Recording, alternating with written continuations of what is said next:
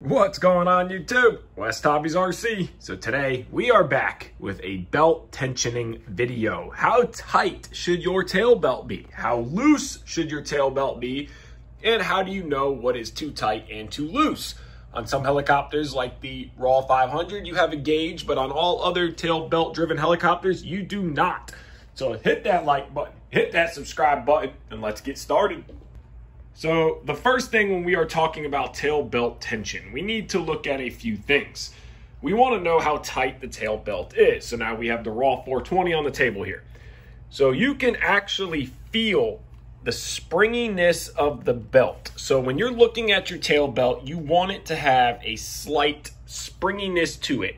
You can tell this one's a little looser. The 420 is a little tighter. So we're running this belt actually on the tight side. So you can kind of see here, it is looser than the other one.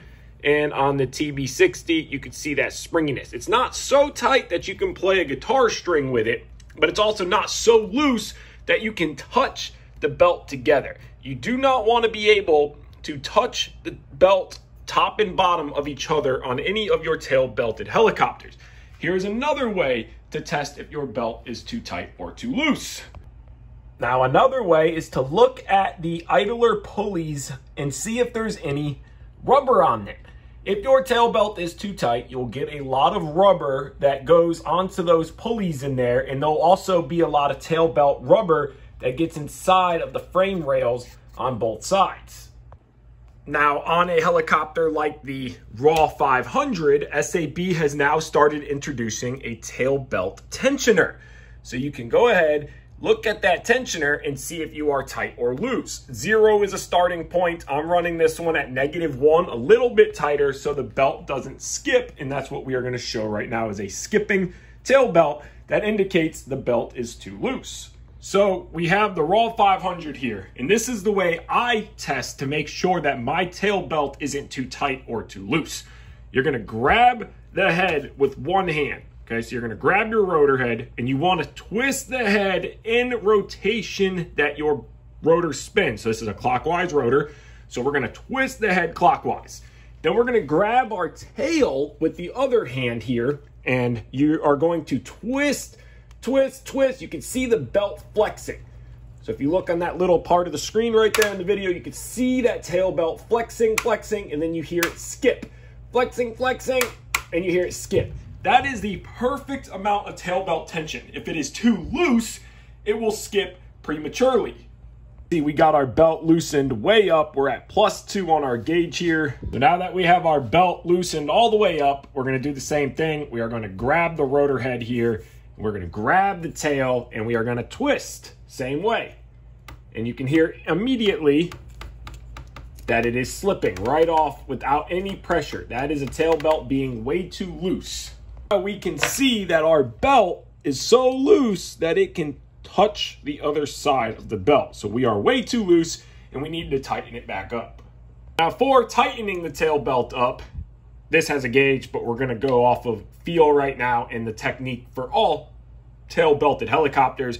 If you have, like SAB makes a device that can tension it for you, that works great. If you don't, all you have to do is grab the boom with your right hand or whatever hand you have more grip in.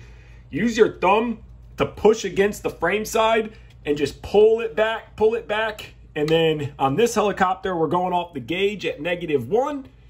But on other helicopters, you would just reach around, feel the belt till you feel like it has that good springiness to it, and then tighten your screws down.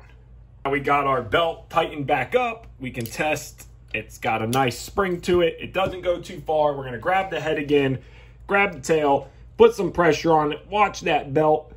It's got good pressure, and then it skips. That right there is the perfect belt tightness. Now, if you are having an issue, high head speed, a lot of tail demand, and that tail is walking out or it's blowing out, that might be because the belt needs to be a little tighter because it is skipping on the tail teeth here. But at this belt tightness, I never have a tooth jump or issues with the tail at that area here.